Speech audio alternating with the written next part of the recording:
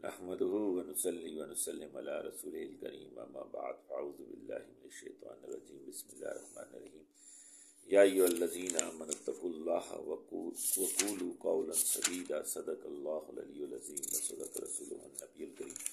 یہ 16واں درس مقصود دنیا والآخرہ کے درس کے ساتھ فقیر مفتی فواد حیدر آپ کے سامنے حاضر ہے، اور آج کا درس جو ہے وہ کلمہ طیبہ کی اور کلمہ شہادت کی فضیلت کا باب جاری ہے۔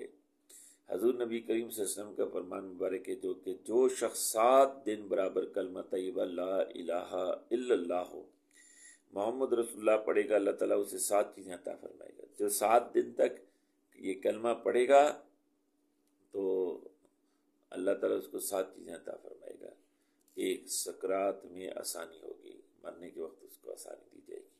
ایمان پر خاتمہ ہوگا، قبر میں راحت ہوگی، نکیرین کے سوالات میں آسانی ہوگی، روز قیامت نامہ اعمال دائیں ہاتھ میں ملے گا، نیکی کا پلڑا باری ہوگا، پولیس رات سے بجلی کی طرح گزر جائے گا، یعنی بغیر کسی تکلیف کے جنت میں اللہ کی رحمت میں جمع ہو جائے گا۔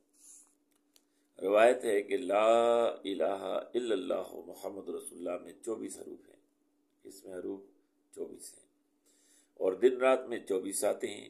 پس جو شخص دن رات میں ایک بار بھی کلمہ طیبہ پڑھے گا، اس کی تمام ساتوں کے لیے گناہ معاف ہو جائیں گے۔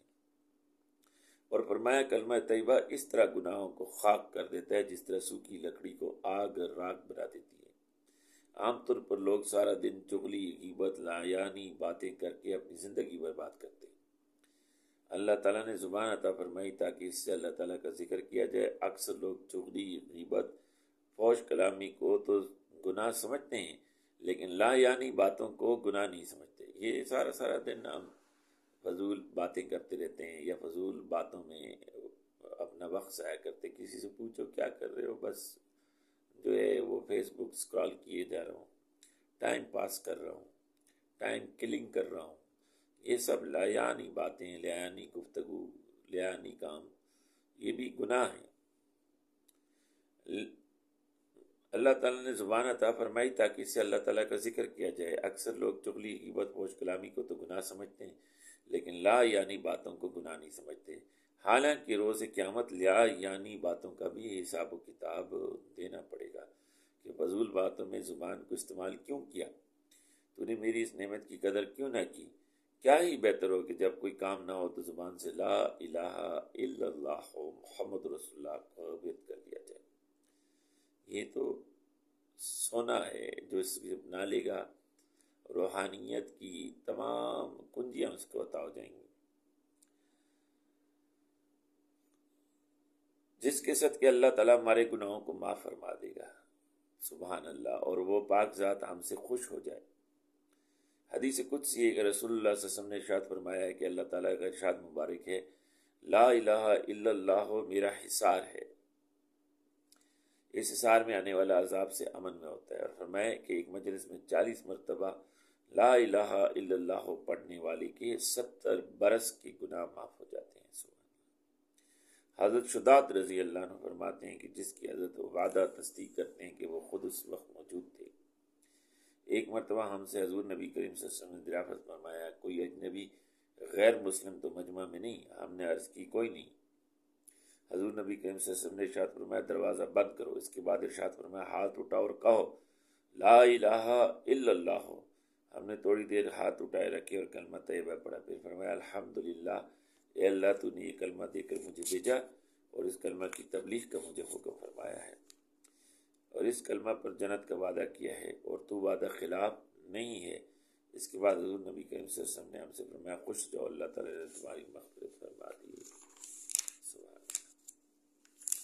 حضرت عبداللہ ابن عمر فرماتے ہیں کہ رسول اللہ صلی اللہ علیہ وسلم کے زمانے میں کسی کا وصال ہو جاتا تو ہم لوگ صحابہ کرام مل کر 1,00,000 بار کلمہ طیبہ پڑھ کر اس کا ثواب اس کو بخشتے تھے، اور سکرات میں بھی پڑھتے تھے اور اس کو بھی تلقین کرتے تھے تاکہ کلمہ طیبہ پڑھتے پڑھتے یا سنتے سنتے اس کی سانس نکل جائے۔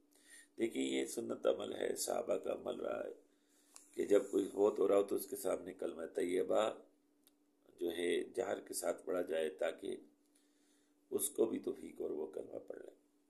اور عذاب قبر نکرین کے سوالات سے بآسانی چھٹکارا پا کر جنت میں داخل ہو جائے۔ کلمہ پڑھے گا تو یہ سارے فضائل ملیں گے۔ جنت ایک انسان جس حال میں مرتا ہے اسی حال میں رہتا ہے اور اسی حال میں قیامت کے دن اٹھے گا۔ کلمہ پڑھتے وہ تو کلمہ پڑھتا رہتا ہے اور اسی حال پر پھر اٹھتا ہے۔ کس قدر خوش نصیب ہیں وہ لوگ جو اپنی زندگی کلمہ طیبہ لا الہ الا اللہ محمد رسول اللہ پڑھتے ہیں، گزارتے ہیں، عالم برزخ میں اسی طرح زندگی گزاریں گے اور روز محشر کلمہ طیبہ پڑھتے ہوئے اٹھیں گے۔ حضور نبی کریم صلی اللہ علیہ وسلم کا ارشاد ہے گرامی ہے کہ لا الہ الا اللہ کی اتنی کثرت کرو کہ لوگ تمہیں دیوانہ کہنے لگیں۔ جو اس حال تک پہنچے گا قیامت کے دن انبیاء علیہ السلام اس کا استقبال کریں گے۔ نماز فجر کے بعد کوئی کام نہیں ہوتا۔ اسلامی تہذیب کا یہ بھی ایک حصہ تھا کہ گھر کے تمام افراد نماز فجر کے بعد قرآن پاک کی تلاوت کیا کرتے تھے اور ہر گھر سے قرآن پاک کی تلاوت کی آواز آیا کرتی تھی، لیکن آج کل ہمارے دل کی سیاہی ہمیں ان اعمال سے روکتی ہے اور قرآن پاک کی تلاوت ہمارے لیے بوجھ بنتی جا رہی ہے۔ اللہ اکبر۔ لیکن عقل مند لوگ کہتے ہیں کہ کچھ نہ ہونے سے توڑا ہونا بھی بہتر ہے، کچھ تو رکھو نا۔ حضور نبی کے صلی اللہ علیہ وسلم کا ارشاد گرامی ہے جو شخص بعد نماز فجر سورج نکلنے تک لا الہ الا اللہ محمد رسول اللہ پڑھتا رہے اور درمیان میں کوئی دنیاوی بات نہ کرے تو اللہ تعالیٰ اسے ضرور جنت عطا فرمائے گا۔ اللہ۔ اور جو شخص وضو کرتے وقت کلمہ طیبہ پڑھے تو اللہ تعالیٰ ہر قطرے کے بدلے ایک فرشتہ اللہ تعالیٰ ہر قطرے کے بدلے ایک فرشتہ پیدا فرمائے گا جو قیامت تک کلمہ طیبہ پڑھتا رہے گا۔ اس کی تمام تسبیح کا ثواب اسی شخص کو ملے گا۔ سبحان اللہ۔ رسول اللہ صلی اللہ علیہ وسلم کا فرمان مبارک ہے کہ جو شخص نماز فجر کے بعد 10 مرتبہ، نماز ظہر کے بعد 20 مرتبہ اور عصر کے بعد 30 مرتبہ اور مغرب کے بعد 40 مرتبہ اور عشاء کے بعد 50 مرتبہ اور وتر کے بعد 60 مرتبہ کلمہ طیبہ لا الہ الا اللہ محمد رسول اللہ کا ورد کرے گا، پیغمبروں کا ثواب پائے گا اور جنت میں اس کو 60 ایسے شہر ملیں گے کہ ہر شہر میں 60 محل ہوں گے۔ سبحان اللہ۔ اور ہر محل میں 60 مکان ہوں گے اور ہر مکان میں 60 تخت ہوں گے اور ہر تخت پر ایک حور ہوگی۔ حکایت ہے کہ زمانے کے محدث حضرت امام بہقی علیہ رحمہ نے بکر بن عبداللہ مزنی سے روایت کیا کہ ایک قوم پر بڑا ظالم و جابر اور بت پرست بادشاہ حکومت کرتا تھا، عوام اس کی ظلم سے بہت تنگ تھی، اس لیے بغاوت پر مجبور ہوئے اسے زندہ گرفتار کر لیا۔ قوم نے مل کر مشورہ کیا کہ اس کو کس طرح ہلاک کیا جائے۔ آخر یہ طے پایا کہ اس ظالم کو ایک تانبے کی دیگ میں ڈال دیا جائے اور اسے آگ پر رکھ کر جلایا جائے تاکہ تڑپ تڑپ کر یہ ظالم ہلاک ہو جائے۔ چنانچہ ایسا ہی کیا گیا۔ جب آگ کی گرمی ظالم کو محسوس ہوئی تو اس نے بتوں کو مدد کے لیے پکارا کہ میں بہت مشکل میں ہوں، میری مدد کرو، میں نے تمام زندگی تمہاری پوجا کی ہے۔ جب کوئی مدد نہ پہنچی تو مایوس ہو کر اس نے آسمان کی طرف نظر اٹھائی اور لا الہ الا اللہ پڑھنا شروع کر دیا۔ کلمہ طیبہ کی پڑھنے کی برکت سے موسلادھار بارش شروع ہو گئی جس سے آگ بجھ گئی۔ سبحان اللہ۔ اور ساتھ ہی ایسی آندھی آئی کہ اس دیگ کو اڑا کر لے گئی۔ کئی روز تک خلا میں دیگ اڑتی رہی، پھر اللہ تعالیٰ کی قدرت سے ایسے علاقے میں ڈال دیا جہاں کے لوگ توحید کے تصور سے ناآشنا تھے اور بتوں کی پوجا کرتے تھے۔ لوگ بھاگے ہوئے دیگ کے پاس آئے تو بادشاہ بدستور لا الہ الا اللہ کا ورد کر رہا تھا۔ لوگوں نے اسے دیگ سے نکالا اور اس کا حال پوچھا۔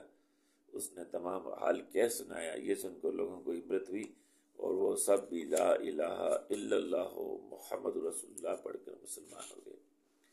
دیکھیے اس کلمہ طیبہ کی برکت سے اللہ تعالیٰ نے کس طرح اس قوم کو اپنی توحید پہنچائی اور انتظام فرمایا۔ قرآن پاک میں اللہ تعالیٰ نے اکثر مقام پر اپنی وحدانیت کا ذکر فرمایا۔ اللہ تعالیٰ کی تمام مخلوقات وحدانیت کی قائل ہو تو انسان پر حق ہے کہ یہ سب سے زیادہ وحدانیت کا قائل ہو، لیکن یہ اتنا تو ناشکرہ ہے کہ اللہ تعالیٰ کی بے شمار نعمتوں کو استعمال کر کے بھی احسان مند نہ بن سکا، اور کثیر لوگ اللہ تعالیٰ کی وحدانیت سے انکار کر کے اللہ تعالیٰ کے غضب کو دعوت دیتے ہیں۔ خوش نصیب ہیں وہ لوگ جو اس بات کی شہادت دیتے ہیں کہ اللہ تعالیٰ کے سوا کوئی معبود نہیں۔ خوش قسمتی کی بات ہے، ہمیں یہ نصیب ہوا۔ اللہ ہمیں اس پر تا قیامت قائم رکھے، اور اس بات کی شہادت دیتے ہیں کہ محمد صلی اللہ علیہ وسلم اللہ تعالیٰ کے بندے اور رسول ہیں، ہماری جان ان پر قربان۔ حضرت عبداللہ ابن عباس رضی اللہ عنہ سے مروی ہے کہ نبی کریم صلی اللہ علیہ وسلم نے ارشاد فرمایا کہ جس نے کلمہ شہادت اشہد لا الہ الا اللہ وحدہ لا شریک لہ اشہد ان محمدا عبدہ ورسولہ پڑھا تو اللہ تعالیٰ اس کے لیے جنت کے 8 دروازے کھول دیتا ہے۔ سبحان اللہ، کہ جس دروازے سے اس کا دل چاہے جنت میں داخل ہو۔ کلمہ شہادت سے مراد ہے کہ اللہ تعالیٰ کی وحدانیت اور رسول اللہ صلی اللہ علیہ وسلم کی رسالت کی گواہی دے۔ حضور نبی کریم صلی اللہ علیہ وسلم نے ارشاد فرمایا جو شخص اللہ تعالیٰ کی وحدانیت اور پیغمبر کی رسالت پر گواہی دے گا اللہ تعالیٰ اس کے لیے جنت واجب فرما دے گا۔ سبحان اللہ۔ اور آپ صلی اللہ علیہ وسلم نے ارشاد فرمایا کہ میں اس شخص کا ضامن ہوں۔ حضور نبی کریم صلی اللہ علیہ وسلم نے ارشاد فرمایا جس نے اخلاص کے ساتھ کلمہ شہادت پڑھا اس پر دوزخ حرام ہو جاتی ہے، اور جو شخص کلمہ شہادت پڑھ کر مرے اس کے سب گناہ معاف کر دیے جاتے ہیں۔ حضور نبی کریم صلی اللہ علیہ وسلم سے عرض کی گئی کہ اے یا رسول اللہ صلی اللہ علیہ وسلم کلمہ شہادت اخلاص کیا ہے؟ تو نبی کریم صلی اللہ علیہ وسلم نے ارشاد فرمایا جس کام سے اللہ تعالیٰ نے منع فرمایا بندہ اس سے رک جائے۔ جب نمازی نماز میں قعدہ میں بیٹھتا ہے تحیات پڑھتا ہے تو اس میں اشہد لا الہ الا اللہ وحدہ لا شریک لہ واشہد ان محمدا عبدہ ورسولہ کہتے وقت رفع سبابہ یعنی شہادت کی انگلی کو اٹھاتا ہے۔ حضور نبی کریم صلی اللہ علیہ وسلم نے ارشاد فرمایا کہ جو شخص شہادتین پڑھتے وقت رفع سبابہ کرے تو قبر سے اٹھتے وقت تمام انگلیاں کلمہ شہادت پڑھتی ہوں گی۔ حضور نبی کریم صلی اللہ علیہ وسلم کے ارشاد گرامی اللہ تعالیٰ کے پاس ایک نوری ستون ہے، جب بندہ کلمہ شہادت پڑھتا ہے تو وہ ستون لرزنے لگتا ہے، ارشاد ہوتا ہے کہ سکون اختیار کرو۔ وہ کہتے ہیں مولا کریم تو کلمہ شہادت پڑھنے والے کو بخش دے تو میں سکون اختیار کروں گا۔ سبحان اللہ۔ حکم ہوتا ہے کہ ہم نے بخش دیا۔ جس قدر مرنے والا نیکی کا محتاج ہوتا ہے دنیا میں زندگی گزارنے والا تصور بھی نہیں کر سکتا۔ اللہ تعالیٰ نے اپنے بندوں کو قرآن پاک میں حکم فرمایا ہے کہ مومنین اپنے والدین اور تمام مومنین کی مغفرت کی دعا کیا کریں۔ حضور نبی کریم صلی اللہ علیہ وسلم نے ارشاد فرمایا جو شخص قبرستان میں اشہد لا الہ الا اللہ وحدہ لا شریک لہ لہ الملک ولہ الحمد یحیی ویمیت وہو حی لا یموت وہو علی کل شیء قدیر پڑھ کر اس کا ثواب اہل قبور کو بخشے گا تو پڑھنے والے کو اللہ تعالیٰ 1000 نیکیاں عطا فرمائے گا اور اس کے 1000 گناہ معاف فرمائے گا اور 1000 درجے بلند فرمائے گا اور اس قبرستان کے تمام مردوں کو بخش دے گا۔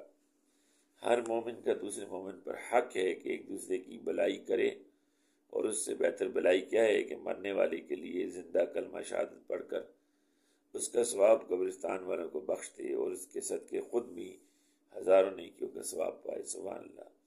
اور اللہ تعالیٰ مرنے والے کی بھی مغفرت فرما دے۔ اللہ تعالیٰ ہمیں توفیق عطا فرمائے کہ رسول کریم صلی اللہ علیہ وسلم کے فرمودات پر عمل کر کے اپنے مالک و خالق کو راضی کر سکیں۔ اس کے ساتھ یہ ایمان کا باب ختم ہوا۔ انشاءاللہ آئندہ اللہ نے صحت اور زندگی دی تو نماز کے باب کے ساتھ حاضری کریں گے۔ السلام علیکم۔